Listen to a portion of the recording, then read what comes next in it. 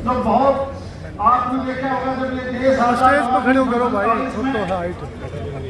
हमारे से बाद में आजादी मिली चाइना को, अच्छा मजबूत नेतृत्व तो उनको मिला, चीन अमेरिका और रूस को भी क्रॉस करके आगे चला गया, लेकिन हिंदुस्तान फिर पीछे रहा।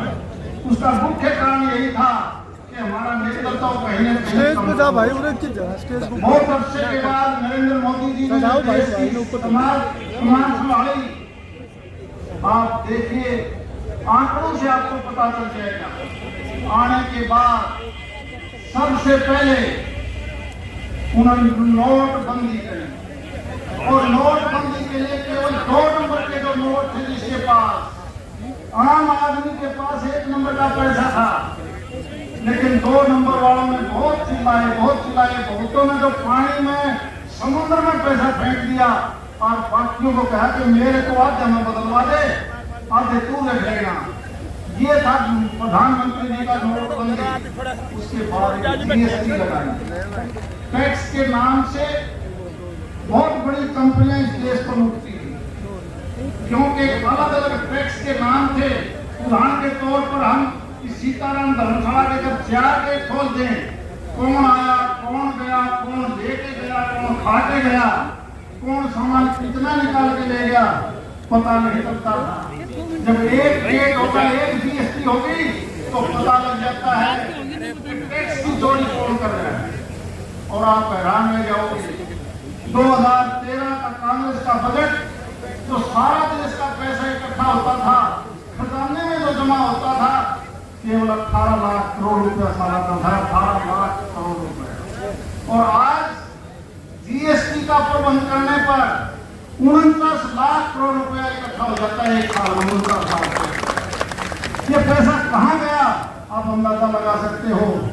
देश में तकरीबन 2.5 लाख फर्जी कंपनियां पकड़ी गई, 2.5 लाख फर्जी कंपनियां, क्योंकि ऑनलाइन हो गया, बैंक का आधार कार्ड से जोड़ दिया और वो फर्जी कंपनियां क्या करती हैं, एक साल में 30-31 लाख रुपया अपनी जेब में डालती थी, 30-31 लाख करोड़ रुपया।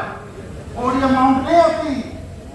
और कैसे करती हैं, कोई आदमी दुबई में बैठा है, कोई बंबई में बैठा है और उसने कंपनी बना ली नारनौल की दुकान के नाम पर, महिंद्रा की दुकान के नाम पर, और उन कंपनियों का कारोबार क्या है। जब वो सामान भेजते हैं कच्चा या पक्का, कपड़ा लत्ता लोहा, असली सामान नहीं भेजते, मिट्टी और भाठे डाल के भेज देते हैं और बाद में भेज देते हैं कि हमने इतना सामान भेजा है और सरकार से विड्रा करवा लेते, उस टैक्स को जो रिबेट था वो पैसा उनके पास आ जाता है। ऐसी बहुत सी कंपनियां, 2.5 लाख के आसपास की कंपनियां जब पकड़ में आई तो ये बजट 18 लाख करोड़ से 49 लाख करोड़ पर पहुंच गया। और जब ये कंपनियां ढाई तो बड़े बड़े पॉलिटिकल आदमी, जिनके सहारे उनका काम चलता था, कोई किसी का डायरेक्टर है, कोई किसी का एसोसिएट है, कंपनी एक मानस उसमें डायरेक्टर मिलेंगे 50, 100, 200, और हर आदमी करोड़ों रुपए जो उनकी जेब में गया वो सारे चिल्लाने लगे, सारे के सारे, इस मोदी ने मारा नहीं तो हमने मारा था। लेकिन क्या वो 142 करोड़ का पैसा केवल उन कंपनियों को जाने देगा? मोदी जी का एक निर्णय है कि मैं एक पैसा करप्शन में नहीं रहने दूंगा, ये सारा पैसा भारत के 142 करोड़ का आदमी का पैसा है, ये पैसा इनके पास आएगा। आप देखते होंगे कंपनी का मालिक बैठा है बंबई में, जहाज में हेलीकॉप्टर में चलेगा और आप लोग रात दिन मेहनत करोगे, दिहाड़ी बना कोई 1000 रुपए की, और वो 1 मिनट में 10 करोड़ 20 करोड़ कमा लेते हैं। वो कंपनियां केवल हिंदुस्तान की नहीं, आपको यूपी में मिलेंगी, बिहार में मिलेंगी, हरियाणा में मिलेंगी, सब जगह कंपनियां मिलेंगी। और उन कंपनियों के मालिक कौन कौन हैं, धीरे धीरे जब ऑनलाइन होकर ऊपर आएगा तो आप हैरान रह जाओगे, देखिए कि ये नाम भी नहीं हो सकते हैं। इसीलिए कांग्रेस के बहुत नेता इस आस लगाए बैठे हैं कि अगर हमारी सरकार बनेगी तो हम दोबारा उसी पैसे को, इसको दोबारा जीएसटी को बंद कर देंगे, दोबारा 370 को खत्म कर देंगे। ईमानदारी से बताओ, जम्मू कश्मीर में इसकी 370 की आप बात करते हो, 370 से पहले माननीय अमित शाह जी ने पिछली लोकसभा सेशन जब कांग्रेस के और नेशनल कॉन्फ्रेंस के सांसद 370 का विरोध कर रहे थे, उन्होंने सफेद पत्थर डाले। देखिए 370 से पहले कश्मीर क्या था। 1952 से पहले सारी की सारी जमीन हिंदुओं के नाम, 52 से पहले सारी जमीन हिंदुओं की, और आज एक इंच जमीन भी हिंदू के नाम नहीं छोड़ी, क्योंकि वहां का मुख्यमंत्री अपने आप को प्रधानमंत्री कहलाता है। दिल्ली से इजाजत लेने की जरूरत नहीं, डीसी हो, तहसीलदार हो, पटवारी उनके हाथ में थे, अब उनको खतरा है। इसीलिए कहते हैं 370 हम दोबारा लगाएंगे। कौन लगाने देगा 370? आप याद करिए, जब भारत से पाकिस्तान अलग हुआ, बहुत बड़ी आबादी इधर से उधर आई, और जब पाकिस्तान से हिंदू इधर आया तो कितनी मारकाट हुई थी। उसके बावजूद भी पाकिस्तान में 23% आबादी हिंदुओं की बची हुई थी। हिंदुओं आज पता है कितनी है?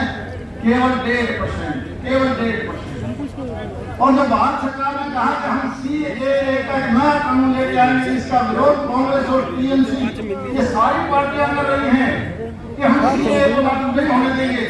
क्या है कि सीएए केवल ये है कि उन देशों में जो मुस्लिम देश हैं, वहां से जो आबादी हिंदुस्तान में जिन्होंने यहाँ आके शरण ली है, हम उनको यहाँ पर रहने का अधिकार दें। सिर्फ इतना है। वो कहते हैं कि इनको अधिकार क्यों दोगे, दूसरों को भी लेके आओ। अरे तुम में से जाके देखो, अब ईमानदारी से देखो ये जो बड़े लोग हैं क्या काम करते हैं। कश्मीर की सारी जमीन केवल 2 परिवारों के नाम पर लिखी, शेख अब्दुल्ला और मुफ्ती मोहम्मद सैयद के नाम पर। हमारे यहाँ पर भी तो गरीब मुस्लिम है हिंदुस्तान में, वो बीसी और ओबीसी में शामिल है, चाहे वो मेव है या यहाँ पर लोहार है, तेली है, धोबी है। और ये क्या करते हैं, इनकी सरकार है कर्नाटक के अंदर।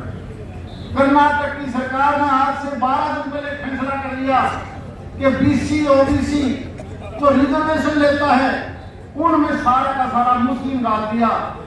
18 करोड़ आदमी अगर इसकी सरकार इनकी देश में पड़े तो जो गरीब बीसी ओबीसी हो कहां जाएगा। ये बात करते जो वोट लेने के लिए दूसरी तरफ नरेंद्र मोदी जी का एक सपना देखेंगे, मैंने हर गरीब किसान को, मजदूर को, बीसी को, ओबीसी को, एससी को, सबको साथ लेके आगे करना है। इसीलिए आप 10 साल से प्रधानमंत्री जी की कैबिनेट देखिए, हम खुशकिस्मत है दक्षिणी हरियाणा के लोग, हम बहुत खुशकिस्मत हैं। छोटा सा दक्षिणी हरियाणा जिसमें जिले केवल फरीदाबाद, गुड़गांव और मेंढर, हमें 3 ओबीसी के मंत्री बने हैं, 3। कहीं राव इंद्रजीत हैं तो कहीं कृष्णपाल गुर्जर हैं तो कहीं भूपेंद्र यादव है। इतना बड़ा प्रतिनिधित्व तो आज तक किसी प्रधानमंत्री ने नहीं दिया। और उन्हीं की वजह से जब हरियाणा की सरकार बनी तो हरियाणा सरकार के नायब सैनिक को भी बहुत बधाई देता हूँ। हमें खजाने का मंत्री भी किसी लोकसभा में दिया, नहर का पानी का भी हमें यही दिया डॉक्टर बेसिंग को, और पीने का पानी और सड़क का भी डॉक्टर बनवारी लाल जी को यही बना के दिया। मुझे लगता है कि आने वाले 5 साल में जो हमारी बकाया काम है, इस तेजी से, जैसे कि डॉक्टर बेसिंग जी ने बताया था, किसी ने 10 साल पहले लालनो देखा है, नानो चौधरी देखी है, भिवानी महेंद्र देखा है। एक समय था केवल एक क्षेत्र में सड़कें बनती थी, बाढ़ अगर आते तो सड़कों का पता नहीं था सड़क है नहीं। और आज 7 नेशनल हाईवे हमारी लोकसभा क्षेत्र से गुजरते हैं, 7। और दूसरों को बहुत बड़ा दर्द होता है, क्योंकि जब वो मुख्यमंत्री थे तो नहर का पानी भी महेंद्रगढ़ में आए, लोहारों में आए, ना आए, लेकिन उनका इतना पानी लगता था कि उनकी जमीन भी खराब होती, चौवा चढ़ा दिया वहां। और हम प्यासे बहुत मुश्किल से, बहुत अरसे के बाद अब इसी जेएलएम की, जैसा कि अभय सिंह जी बता रहे हैं कि 4000 क्यूसेक की कैपेसिटी बन जाएगी आने वाले समय में। दुगुना पानी तो आपने अभी दे दिया, और यही पानी आने वाले 6 महीने के बाद 3 गुना पानी हो जाएगा हमारे क्षेत्र में। और उसके बाद जो वाटर पानी खत्म हो रहा था, देखना चाहे वो नाना चौधरी हो, चाहे सतनाड़ी हो या अटेली हो, केवल पीने का पानी नहीं, यहाँ पर भी खेती लगाएगी, जो सपना लिया था कभी हरियाणा जब बना, उस वक्त ये नहर बनी थी। आज से 50 साल पहले नहर बनने के बाद बीच में जितनी भी दूसरी सरकारें आई, उन्होंने एक मिनट भी एक ऐसा पैसा नहीं लगा जिससे पंप हाउस या नहर दोबारा बने। इतनी तेजी से काम चले हैं, चाहे वो पानी की बात हो, सड़कों की बात हो, मेडिकल कॉलेज की बात हो, एम्स की बात हो, ये बदलाव है, बदलाव। लेकिन कुछ एक लोग इस बदलाव को पसंद नहीं करते। जब जब कांग्रेस की सरकारें बनती हैं, आप और हम सब भुगत होती है। नौकरी की बात हो तो खास एक इलाके में, पानी की बात हो तो खास एक इलाके में, डेवलपमेंट की बात हो तो केवल एक इलाके में। और आज सारे प्रदेश में जितना अम्बाड़ा में काम है, जितना पंबल में होता है, जितना नांगल चौधरी में है, जितना सिरसे में होता है, ये होता है सबका साथ सबका विकास। यही तो है। इसलिए ये चुनाव लोग कुछ कहते हैं, ये पहली भारतीय जनता पार्टी है जो संगठन की पार्टी है। कांग्रेस पार्टी संगठन की पार्टी कभी नहीं रही। कांग्रेस तो केवल ठेकेदारों की पार्टी है। और इसीलिए वो ठेकेदार सारा जब अपने समय में सारा पैसा कमा लेते हैं, अपने आदमियों को प्रमोट कर देते हैं कि तू कितना ही पैसा कमा ले, जब चुनाव आओ तो मेरी मदद कर देना। लेकिन आम गरीब आदमी कहाँ जाएगा, गरीब कहाँ जाएगा? इसीलिए वो बड़े पैसे वाले लोग बड़ी बड़ी एजेंसियां रखेंगे, बड़ी बड़ी कंपनियां रखेंगे, बड़े बड़े तेल के कारखाने होंगे, क्योंकि उनका तो घर के तो सारा होता। एक गाड़ी को जब वो भेजते हैं तो पहले कह देते हैं गाड़ी का नंबर लिखवा देना, 10,000 रुपए डेली ले लेना मेरे से। और बाद में झगड़ा पड़ता है कि तुम मानस को 3 लेके आ रहे हो, मेरे 10,000 देंगे। और एक आप लोग बैठे हो जो केवल अपना पैसा फूक के आए हो। ये वर्कर केवल देश की सोचता है, और वो वर्कर देश की नहीं, लेकिन ये ईमान की दिखता नहीं। जमीन हमारा हरियाणा का कभी बिका नहीं, देश का कभी नहीं बिका। अगर पैसे वाले प्रधानमंत्री बनते तो बेड़ा कभी का देश का प्रधानमंत्री होता, कभी का। और आज तक किसी का दूसरे का नंबर नहीं बढ़ता। यही एक भारतीय जनता पार्टी संगठन की पार्टी है, जिसका एक निर्णय है कि हमें सारे देश को आगे बढ़ाना है। और क्योंकि हमारे 3-4 काम तो अधूरे रहे हैं, अधूरे कहूँगा मैं, क्योंकि कुछ एक कनेक्टिविटी बाकी है जो अप्रूव तो हो चुकी है, चाहे वो हिसार से रेवाड़ी का नेशनल हाईवे हो, चाहे वो राजगढ़ वाला नेशनल हाईवे हो, चाहे वो हमारी एयरपोर्ट से मिलने वाली कनेक्टिविटी हो, 5 सारे हो चुके हैं। इसके बाद हमारा काम होगा आने वाले 6-8 महीने के बाद कि बड़े उद्योग यहाँ पर लगे, क्योंकि गुड़गांव दिल्ली में जाओगे तो 40-40 करोड़ का एक एकड़ है। इंडस्ट्री वहां के लिए वहां जगह नहीं है, और हमें तो 30-40 लाख रुपए में भी हम एकड़ देने के लिए तैयार हैं। इसलिए सारा औद्योगिक जो हमें डेवलपमेंट करनी है, वो चाहे वो महेंद्रगढ़ हो, नारनौल हो, दादरी हो, भिवानी हो, यहाँ पर जो ये सारा विकास होगा तो आप देखना ये देश कितनी तेजी से बढ़ेगा। हमारे प्रधानमंत्री जी चाहते हैं कि विकसित देश बने, और विकसित देश का मतलब है कि हर आदमी को वो फायदा मिले। किसी ने सोचा था कि आयुष्मान कार्ड भी बनेगा, किसी ने सोचा था कि किसान के खेत में सीधा खाते में पैसा आएगा, किसी ने पता था कि तुम्हें इतना मुआवजा भी मिलेगा। ये मुआवजा तो रामविलास शर्मा जी है, डॉक्टर अभय सिंह जी है, ओम प्रकाश जी है, सीताराम जी हैं, जो दलाल साहब हैं, जितने भी बहन संतोष जी हैं, आज से 10 साल पहले ये शुरू हुआ है। पहले मुआवजा किसी को पता नहीं था। इसलिए जो आने वाला टाइम है वो केवल हिंदुस्तान का रहे, यही भारत के प्रधानमंत्री जी चाहते हैं। इसलिए इस चुनाव में मेरी आपसे प्रार्थना है, जिस पार्टी ने जात पात को खत्म किया है, वरना वो पार्टियां किसी विशेष जाति के नाम पर वोट ले जाती थी और फिर अपने जिले के नाम पर वोट देती थी, और जब सरकार बन जाती तो केवल अपने क्षेत्र में काम करती थी। अगर दोबारा कभी ऐसा हुआ तो ये इलाका फिर पिछड़ जाएगा। मुझे पूरा यकीन है कि ये दक्षिणी हरियाणा दोबारा से नहीं, इस तेजी से रफ्तार करेगा कि उन जगहों से भी हम आगे निकल के दिखाएंगे।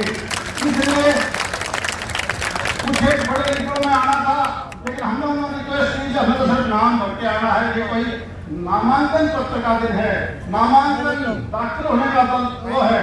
आज हमें कोई जलसा या रैली नहीं कर रखी, और आज भी केवल मेरा पुत्र नामांकन पत्र दाखिल करवाने के लिए आए थे, केवल क्योंकि बड़े लीडर राव इंद्रजीत जी का भी आने वाली 13 तारीख को अटेंड और महेंद्रगढ़ के बहुत से गाँव में प्रोग्राम है।